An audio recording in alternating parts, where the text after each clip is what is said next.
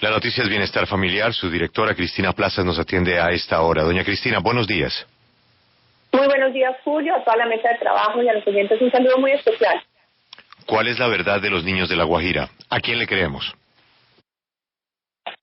Julio, lo que está pasando en La Guajira es vergonzoso para el país, es cruel, es infame, y por eso necesitamos que todas las entidades a nivel nacional, departamental, municipal, pero también las autoridades indígenas hagan parte de la solución de este problema o tristemente los niños seguirán muriendo. Quiero preguntarle si usted tiene algún desacuerdo con lo que expresó el presidente sobre la situación de los niños en La Guajira.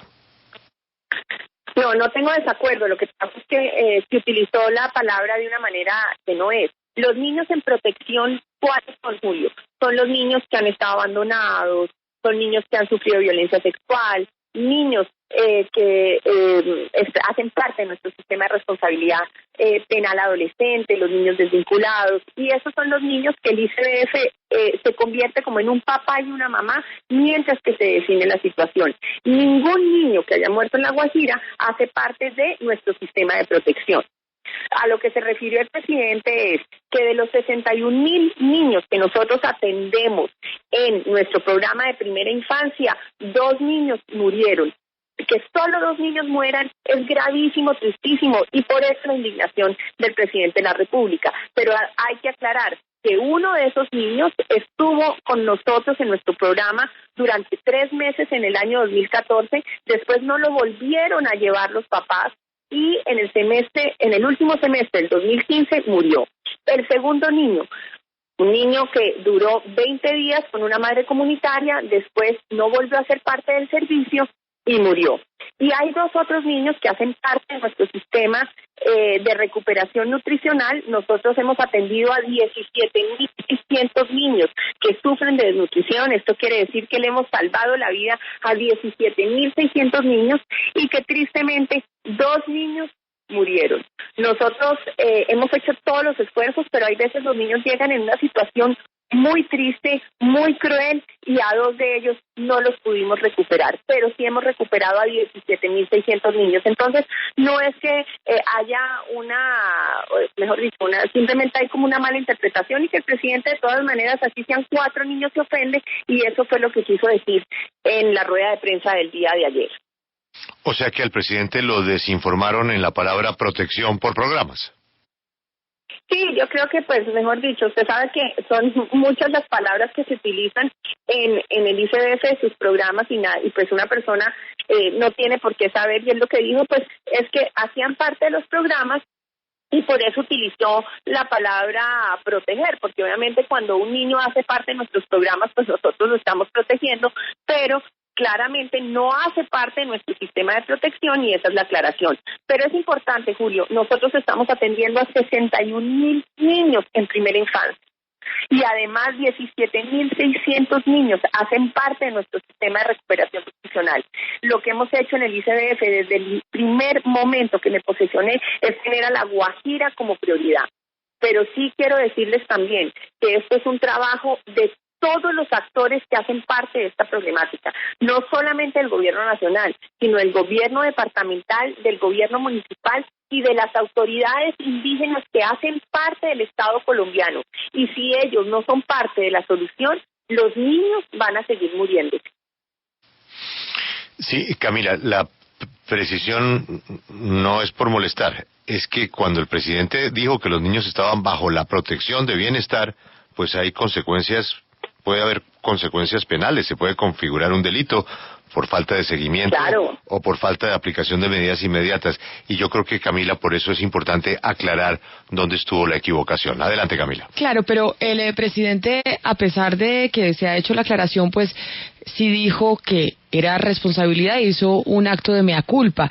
Y ahí uno lo sintió, doctora Cristina Plazas, como un jalón de orejas hacia usted.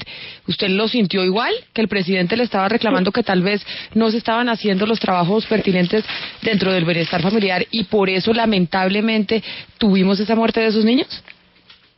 No, yo creo que no es un mea culpa, pues es un mea culpa del gobierno nacional. ¿Cómo no va a ser un mea culpa de todos nosotros, y todos debemos sentirnos pues de sentirnos totalmente desdichados, tristes y avergonzados de que se sigan muriendo los niños. Por tanto, él fue muy claro ayer en la rueda de prensa al decir que, pues si se están muriendo, no estamos haciendo los esfuerzos suficientes, no solamente el ICBF, sino todas las entidades. Pero como les digo, no es solamente responsabilidad del gobierno nacional. Ojalá el gobierno nacional tuviera en sus manos toda la solución para que ningún niño se muera. Si no nos unimos todos y no entendemos las competencias de cada uno de los actores que hacen parte de esto, va a ser muy difícil. Y por eso, y yo he sido la crítica número uno de lo que pasa en el ICBF, Camila, usted lo sabe, Julio lo sabe, lo hemos conversado. Yo cuando llegué me di cuenta que en el ICBF había una mafia peor que el narcotráfico.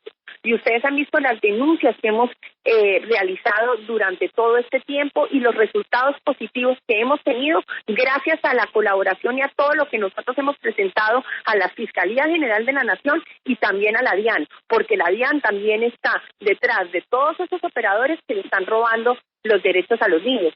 Pero eso es la parte negativa. Pero ¿qué ha hecho el ICBF?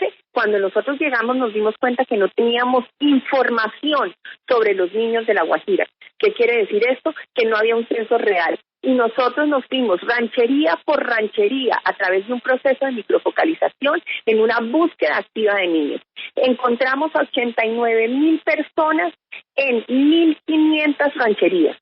De esas 1,500 rancherías, 15,000 niños eran menores de 5 años. Y de esos 15,000 niños, 898 niños estaban en desnutrición aguda, es decir, que estaban en riesgo su vida, y 91 madres gestantes también lo estaban. Inmediatamente nosotros los llevamos a nuestros centros de recuperación nutricional o activamos la ruta para atender la desnutrición, y hoy en día podemos decir que esos niños están recuperados, y 4,000 de ellos no estaban en nuestro servicio y ya hacen parte del programa de primera infancia. Además, el ICBF está llevando agua a las comunidades. Hemos entregado más de 17 millones de litros de agua para que los niños puedan consumir su comida con agua potable, porque parte de la desnutrición no es solamente que los niños no tengan comida.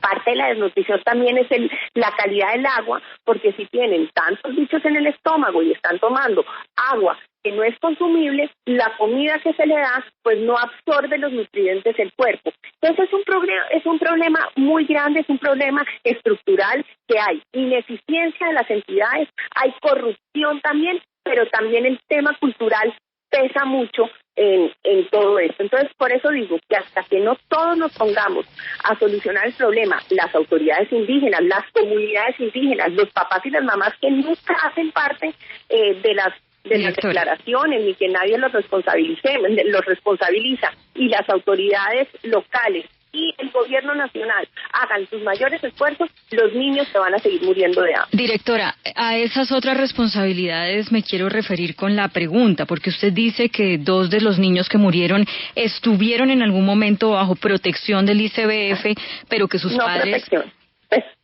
Sí, señora. ¿Bajo protección o no? No bajo protección, sino que se les estaba prestando un servicio. Por eso hice la aclaración que bajo protección es como si nosotros fuéramos sus papás y sus mamás, porque están bajo el cuidado de nosotros.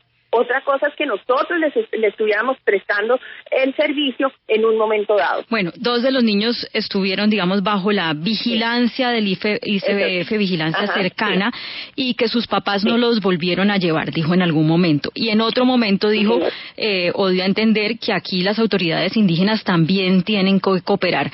Uno nos explica cómo, si el ICBF identifica que hay unos niños en una condición de salud tan frágil y los papás no los vuelven a llevar, el ICBF dice, bueno, pues no los volvieron a traer, qué pesar. No puede ir a buscarlos y a obligar a que los niños sigan bajo esa vigilancia del ICBF. La pregunta es, ¿quién dijo que cuando estaban bajo cuando en el 2014 los niños que estaban en el Centro de Desarrollo Infantil estaban en una mala situación? O sea, cuando los dejaron de llevar, los niños ya estaban bien, es lo que usted está diciendo. No es que no es que ya estaban bien, es que cuando entraron no estaban en una mala situación.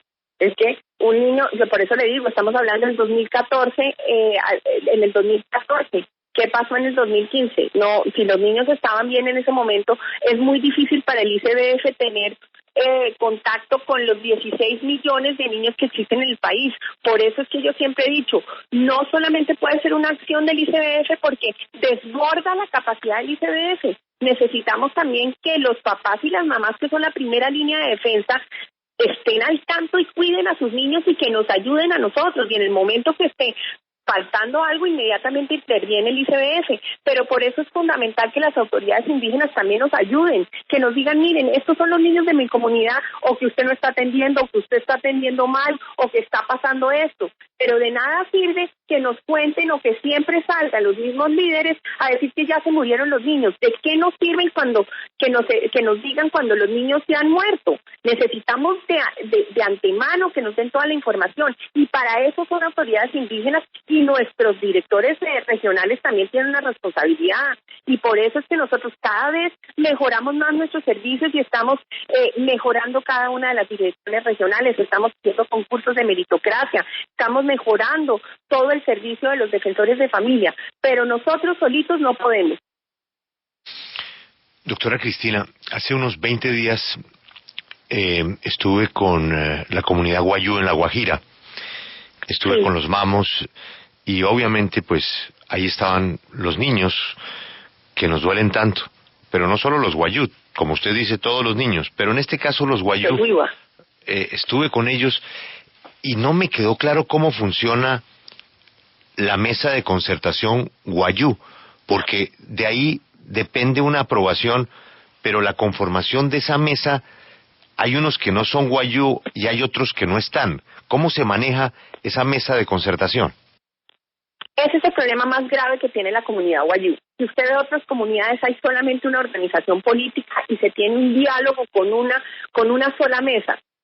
En la comunidad Wayuu el problema es que existen varias mesas, entonces yo tengo que concertar no solamente con la mesa de concertación, que ese es uno de los problemas que hemos tenido al elegir nuestros operadores en esta nueva vigencia, sino también con la UNIC, pero también hay otras autoridades indígenas relevantes que también tenemos que acudir a veces para concertar, que uno concerta con una mesa y entonces los otros desconocen lo que uno concertó con esa mesa. Pues parte del problema cultural acá es que sí existe una desorganización estructural en el poder o en la toma de decisiones por parte de la comunidad Wayuu. Y eso es un poco lo que nosotros ayer en la mesa hablamos de cómo el Ministerio del Interior puede tomar acciones para que sea solamente una representación de la comunidad para poder tener un diálogo sincero y juicioso, porque de nada sirve concertar con unos si los otros se ponen bravos y no logramos concertar realmente lo que la comunidad requiere. Entonces, eso es uno de los problemas más graves que tenemos con ellos. Doctora Cristina, también se ha dicho que en este intento válido, además de acabar con la corrupción, se ha centralizado mucho el sistema de comedores y aún hay muchos de esos contratos que no se han adjudicado y muchas madres comunitarias que están sin trabajo y que entonces esto ha agudizado un poco más la crisis. ¿Usted no cree que de pronto esta demora en la adjudicación y la centralización excesiva de estos contratos ignora de pronto problemáticas locales necesarias que se deben tener en cuenta? Nosotros no hemos centralizado la operación del ICBF. Nosotros simplemente hemos hecho una supervisión mayor. Quiero contarle que el año pasado, por primera vez, se hicieron 56,000 visitas para evaluar a los operadores que hacen parte de nuestro servicio. Quiero aclarar también que son 64,000 operaciones las que nosotros hacemos en primera instancia y logramos llegar a esos 54,000 operadores. ¿Cómo elegimos los nuevos operadores este año? Hicimos esa evaluación y solamente aquellos que tuvieron la máxima nota fueron los que contratamos este año. Eso es fundamental porque usted no sabe la cantidad de operadores corruptos, operadores que no cumplían con la función, que no le daban la calidad que se merecían los niños, salieron esta vez. No les puedo decir que no se me coló ninguno, de pronto se me coló ninguno, pero la regla general y la mayoría de estos operadores fueron evaluados correctamente y además invitamos a la Fiscalía, a la Procuraduría y a la Defensoría a que nos acompañaran y nos supervisaran en esta nueva contratación. Además, hemos hecho un programa de fortalecimiento y les quiero contar, acá en La Guajira, nosotros estamos operando con la Fundación Carulla ese programa de fortalecimiento. La Fundación Carulla está acompañando muchos de los operadores de Guajira. Y la Universidad de los Andes hizo una evaluación de ese programa de fortalecimiento y usted no sabe, le pueden preguntar a Natalia Mesa, que es la directora de la Fundación Carulla, la buena evaluación que salió de esa investigación. Entonces estamos como atacando por todos los frentes, hemos hecho todo lo que está a nuestro alcance. Solucionar el tema de La Guajira no es fácil, es un tema estructural que lleva muchísimos y muchísimos años. Y por eso el llamado del ICBF es, o nos ponemos las pilas todos, los que tenemos deberes frente a esta problemática, o tristemente Colombia va a seguir sufriendo la vergüenza, la crueldad y la infamia de que los niños se sigan muriendo. Señora directora de Bienestar, a esta situación se le suma pues algo que no tiene que ver, pero que la gente con sobrada razón se enfurece, y es el escándalo de Reficar, que está ahí, muy cerca de buena parte del problema, y es un sobrecosto por equivocación, por corrupción, por omisión, yo no lo sé, pero ahí hay un sobrecosto vulgar, y la gente dice, pero ¿cómo es posible esto? Mientras que Bienestar busca dinero de donde puede y fundaciones ayudan a conseguir agua, ahí a pocos kilómetros se fueron a la caneca miles de millones de pesos. Pero a eso se le suma el tema del vecindario en La Guajira, en donde está semejante riqueza minera. Al Jazeera hizo un documental de cómo los niños alrededor de las minas están consumidos en un 54% en la pobreza absoluta. Sé que, doctora Cristina, la pregunta resulta facilista y hasta populachera, pero las regalías de esas minas, del Cerrejón, por ejemplo, esas regalías, ¿por qué filtros pasan antes de que lleguen directamente a ayudar a los niños? No, gracias al gobierno del presidente Santos se han hecho unos OCATs que quieren decir que el gobierno hace una reunión con todos los alcaldes y se mira que efectivamente los proyectos que se tengan en cada una de las regiones sean proyectos que tengan no solamente el cierre financiero, sino que realmente sirvan a las diferentes comunidades. Yo creo que esto cambió muchísimo y con este gobierno y con la ley que se aprobó, y por eso es que el gobierno ha estado tan encima del tema de regalías. Pero sí, lo que usted dice, Julio, tristemente los recursos no están llegando a los destinatarios finales en el caso del ICBF de los niños. Y no solamente en esto, te voy a contar cómo es que se robaban los recursos de los niños los operadores. Primero, usted puede creer que vendían las hojas de vida para que los operadores presentaran esas hojas de vida que eran con una experiencia grandísima en niños al ICBF para que los contrataran. Y en el momento de empezar la operación, simplemente contrataban cuidadores y ninguna persona con experiencia para cuidar a los niños. Pero además decían que estaban atendiendo a 200 niños y realmente solo atendían a 50 niños. No les daban la comida suficiente. Nosotros tenemos en nuestro lineamiento el 75% del valor calórico que requiere el niño y tristemente no cumplían con ese lineamiento y se robaban también la plata de los alimentos, aclarando también que el ICBF no es el competente en la alimentación escolar de los colegios, eso es el Ministerio de Educación, los departamentos y los municipios. Nosotros atendemos es primera infancia. Y así es un robo y una mafia que, como lo de Reficar y todo en este país, Julio, la corrupción nos está carcomiendo y ese es nuestro verdadero enemigo. El enemigo de este país es la corrupción. Y por eso es que tenemos que tomar las acciones suficientes y que cada una de las personas que hacen parte de las entidades, que dirigen las entidades, tiene que ser prioritario limpiar cada una de las entidades. Directora, cada vez que muere un menor en La Guajira por culpa del hambre, siempre la culpa la lleva usted. Usted que ha convocado a otras entidades, a otros ministerios, cuéntenos por favor qué le responde, por ejemplo, el Ministerio de Salud, que pues no se ha pronunciado con algún programa de prevención o con alguna inversión grande en La Guajira, sobre todo en materia de hospitales. Siempre que los niños de La Guajira mueren, por ejemplo, en hospitales de Barranquilla. El Ministerio de Vivienda, que hasta ahora se está escuchando con programas de acueductos en el departamento, el Ministerio de Educación, que ha sido señalado por los contratos de alimentación escolar, o el Ministerio de Hacienda con el manejo de los recursos de regalías. ¿Qué le responden? Porque es que siempre la que responde es usted, pero ellos, que también tienen compromiso y la obligación de trabajar allá, no se sienten. Yo quiero hacer una aclaración sobre todo con el Ministerio de Vivienda. Yo admiro profundamente al ministro Luis Felipe Henao porque lleva ese ministerio 5 años haciendo lo que no habían hecho nunca por los acueductos de este país.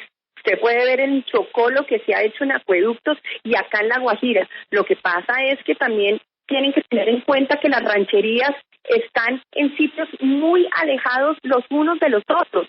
Son sitios demasiado aislados y las rancherías son un número de familias que viven en un sitio muy apartado de otro. Entonces también hablar de acueducto en toda la Alta Guajira es muy difícil, pero los esfuerzos que ha hecho el Ministerio de Vivienda frente a este tema es fundamental. Tanto así que no solamente el Ministerio, sino la Unidad de Riesgo y hasta nosotros estamos llevando agua para solucionar la problemática. Pero sí es verdad que son sitios muy alejados los unos de los otros y que no son comunidades grandes en donde se pueda solucionar tan fácil el tema. Otra cosa, la problemática del fenómeno del niño es real, no solamente en La Guajira, sino ustedes están oyendo cómo la sequía está afectando y cómo le está quitando el agua a los colombianos. Entonces no es de ahora que el Ministerio de Vivienda esté haciendo todos los esfuerzos para el tema de acueducto, que ha sido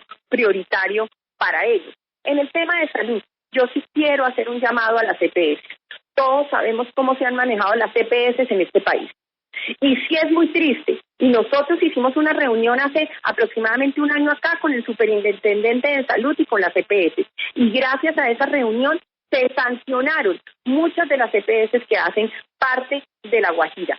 ¿Cómo va a ser que el espíritu de las EPS sea la prevención y la promoción y que no se esté haciendo nada acá en La Guajira?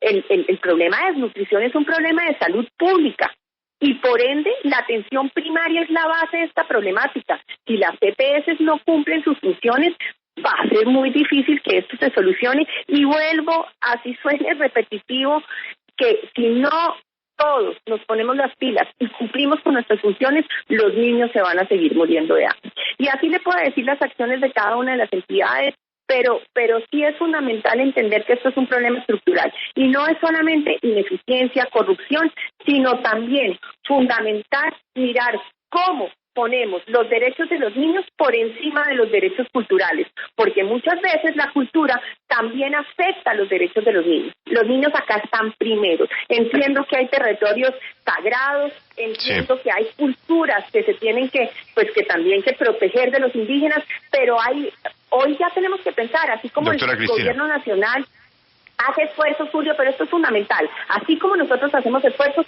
ellos también tienen que hacer un esfuerzo fundamental de poner a los niños por encima de sus derechos culturales. Doctora Cristina, volvemos a algo que usted ha denunciado. Usted ha sido muy valiente. Me consta decisiones que ha tomado y que le ha costado enfrentamientos con la clase política que creía que bienestar familiar era parte de su caja menor. Usted ha hablado de una mafia. Esa mafia tiene un componente político. Un día usted nos va a contar quiénes son esos representantes a la Cámara y senadores que han tenido bajo su control bienestar familiar. ¿Se atrevería usted un día? Julio, yo he sido muy correcta en todas mis actuaciones, como usted lo sabe. Yo toda la información que tengo del ICBF la he entregado a la Fiscalía. La Fiscalía es quien tiene que actuar. Doctora Cristina Plazas, mire, entendiendo que este es un tema personal y expresándole como mujer, además, toda mi solidaridad por lo que le sucedió a usted recientemente, sin entrar en los detalles de los acontecimientos. Camila, lo único que voy a hablar del tema y que voy a... No, pero, Camila, lo único que voy a hablar del tema es que estoy hoy en La Guajira, que desde el lunes estoy trabajando y que la decisión mía de vida es cambiar el mundo. Y nadie dijo que cambiar el mundo era fácil. Pero permítame... Por eso seguiré luchando y estoy acá dándole y es lo único que voy a contestar al tema. No, es que no le voy a preguntar nada personal. Guajira, permítame, óigame, y ahí toma la decisión si me responde o no. Pero Camila, sume a la solidaridad de las mujeres de la W, las de los hombres de la W también. Claro, pero yo como mujer digo porque me parece una situación muy complicada y así lo expresé. Pero escúcheme la pregunta y toma la decisión si me la contesta o no. Y es, Listo. Doctora Cristina Plazas, ¿usted tuvo en algún momento algún tipo de roce con la Fiscalía General de la Nación? No voy a hablar de eso. Como les digo, estamos hablando de los niños de La Guajira y el país está interesado, no en mis problemas personales ni en mi vida privada, pero es que eso no es un problema de los niños. Eso no es un problema personal. Camila, no voy a hablar del tema, voy a hablar de los niños de La Guajira en esta entrevista. Pero venga, le pregunto, porque es un tema más que personal, también institucional. No voy a hablar de eso, de verdad, no voy a hablar de eso. Pero, estamos todos en el tema de La Guajira. A ver, Camila, ella no va a hablar de eso, pero al menos cuéntenos cuál era la pregunta, Camila. Mire, la pregunta... No.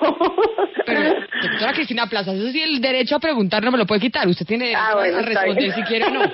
Y es, ¿tuvo la doctora Cristina Plazas algún roce con la Fiscalía General de la Nación? ¿Por qué razón?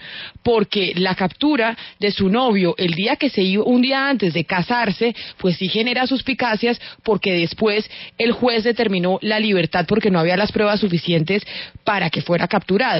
¿Por qué no se le citó a imputación de cargos como se hace normalmente? Y entonces lo que se ha dicho y comentábamos ayer con María Isabel es que esta podría ser una retaliación por algún encontrón que habría tenido la doctora Cristina Plazas con la Fiscalía General de la Nación. Por eso entiendo que ella no quiera hablar porque puede ser un tema personal, pero este es más que un tema personal, también es un tema institucional. ¿Qué fue lo que pasó entre el Bienestar Familiar y la Fiscalía? Camila, quiero aclarar otro tema en el tema de La Guajira y también como un llamado a las autoridades indígenas. ¿Cuál es el llamado que le hago a las autoridades indígenas? Y Julio, esto es muy importante. Usted no sabe la cantidad de veces que se me han tomado acá la regional porque no he contratado a una u otro operador. El llamado es, por favor, háganme muchas protestas, pero las protestas sean porque hay un niño que se está muriendo o porque yo no estoy atendiendo o porque estoy atendiendo mal. Ese es el llamado que le hago a las autoridades indígenas en el día de hoy y nuevamente le hago un llamado a todas las autoridades, gobierno nacional, a mis colegas, al departamento, al municipio, a los papás, a las mamás y a toda la sociedad para que asumamos esa obligación que tenemos todos los colombianos de proteger a los niños y niñas, en este caso a los de La Guajira. Doctora Cristina, gracias por atendernos y quedan muchas lecciones, sobre todo esa de los padres, esa de la mesa de concertación, ese mensaje a las mafias políticas. En fin, y por supuesto rodear a todos esos niños a los que no nos podemos permitir sigan muriendo de hambre o de sed. Doctora Cristina, gracias por atendernos y le deseo lo mejor. A ustedes un abrazo muy especial. Camila, un abrazo gigante y a todos los oyentes un saludo muy especial. Sí, de la pregunta...